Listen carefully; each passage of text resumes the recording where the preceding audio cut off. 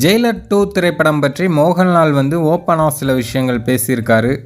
அதை பார்த்துட்டு ஜெயிலர் 2லையும் மோகன்லால் இருக்கார் அப்படிங்கிறத இப்போது நிறைய பேர் கன்ஃபார்ம் பண்ணிட்டாங்க.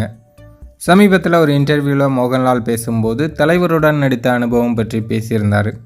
ஜெயிலர் படத்துக்கு அப்புறமா உங்களுக்கு தமிழில் நிறைய பட வாய்ப்புகள் வந்திருக்கணுமே, நீங்கள் தமிழில் ஏன் நடிக்கலை அப்படின்னு கேட்கும்போது, எம்ரான் படத்தில் நான் பிஸியாக இருந்தேன், அதனால் தமிழ் படங்களோட வாய்ப்பு வந்தும் என்னால் நடிக்க முடியலை. இப்போது ரஜினி சாருடைய ஜெயிலர் 2 படம் ஸ்டார்ட் பண்ணிட்டாங்க.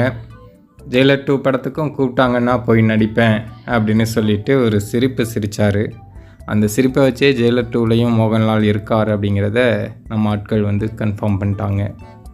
அது மட்டும் இல்லாமல் ஜெயிலர் படத்தில் அந்த கேமியோ பண்ணுறதுக்கு நீங்கள் எப்படி ஒத்துக்கிட்டீங்க அப்படிங்கிற மாதிரி ஒரு கேள்வி கேட்டாங்க. அதுக்கு மோகன்லால் என்ன பதில் சொன்னார் அப்படின்னா, ஜெயிலர் படத்தில் அந்த மேத்யூ கேரக்டரில் யார் பண்ணாலும் நல்லா தான் இருந்திருக்கும். ஆனால் ரஜினி சார் மாதிரி ஒரு பிரம்மாண்டமான ஒரு உச்சத்தில் இருக்கக்கூடிய ஒரு மனிதர் ஒருத்தர்கிட்ட போய் உதவி கேட்குறார் அப்படிங்கும் பட்சத்தில் அது என்கிட்ட கேட்கும்போது நான் எப்படி அதை மறுக்க முடியும்? அதை கண்டிப்பாக நான் நடித்து தான் தீரணும், அதனால தான் அந்த படத்தில் நடித்தேன். இவர் இப்படி சொல்லும்போது பிருத்திவிராஜ் பக்கத்தில் உட்காந்துருந்தார். அதாவது எம்ரான் படத்தோட இன்டர்வியூ தான் நடந்தது. அவர் என்ன சொல்கிறார் அப்படின்னா, அந்த படத்தில் இவர் கேமியோ அப்படின்னு சொன்னால் அதை என்னால் ஏற்றுக்க முடியாது. ஏன்னா அந்த படத்தை அவ்வளோ ஒரு சூப்பராக எடுத்திருந்தாங்க. கேமியோ அப்படிங்கிறதையும் தாண்டி இவங்களுக்கும் அந்த கேரக்டருக்கும் அவ்வளோ முக்கியத்துவம் கொடுத்துருந்தாங்க. நெல்சன் அந்த படத்தை ரொம்பவே சிறப்பாக எடுத்திருந்தார். அதனால தான் அந்த படம் அவ்வளோ பெரிய வெற்றி பெற்றிருக்கு அப்படின்னு பிருத்திவிராஜ் பேசியிருந்தார்.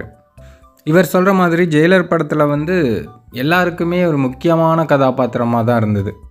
அது ஜாக்கி ஷெராஃபாக இருக்கட்டும், சிவராஜ்குமாராக இருக்கட்டும், மோகன்லாலாக இருக்கட்டும், எல்லாருக்குமே பார்த்திங்கன்னா கேமியோ அப்படிங்கிறதையும் தாண்டி அவங்களுக்கு உண்டான அந்த மாஸ், கெத்து இது எல்லாத்தையுமே ரொம்ப சிறப்பாக பண்ணியிருந்தாங்க.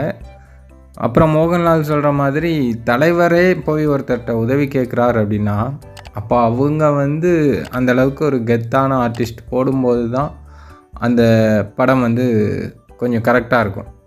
ஏன்னா தலைவர் இருக்கிற அந்த பிரம்மாண்டமான உயரத்தில் இருக்கிற நடிகர் போய் இன்னொருத்தர்கிட்ட கேட்கணும் அப்படிங்கும்போது அந்த சைடும் கொஞ்சம் வெயிட்டான ஆளாக இருக்கும்போது தான் அந்த கதாபாத்திரத்துக்கு அது செட் ஆகும்.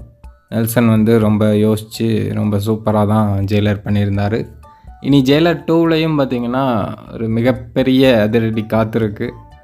ஸோ தலைவரோட ரசிகர்களுக்கும் இனி வரப்போகும் நாட்கள் ஏகப்பட்ட சர்ப்ரைஸ், ஏகப்பட்ட மகிழ்ச்சிகள், ஏகப்பட்ட உற்சாகங்கள் எல்லாமே காத்திருக்கு. கொண்டாடுறதுக்கு மட்டும் தயாராக இருங்க.